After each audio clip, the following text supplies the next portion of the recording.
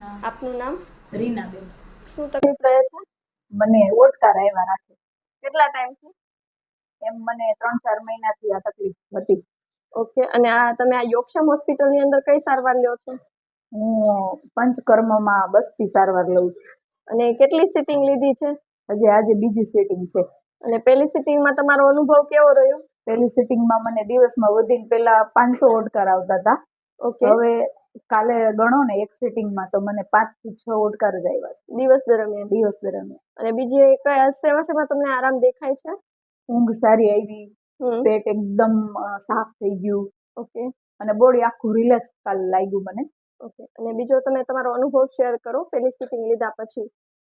પહેલી સેટિંગમાં મને જે તમને કીધા ને એ ફાયદા થયા છે. પેટ સાફ થઈ ગયું છે. પછી ઓડકારમાં કાલે વધીને આખા દિવસના ગણું ને તો 8 થી 10 ઓડકાર જ બસ. ઓકે. તમે લોકોને શું સલાહ આપશો? ને આયુર્વેદિક સારવાર કરવી જોઈએ.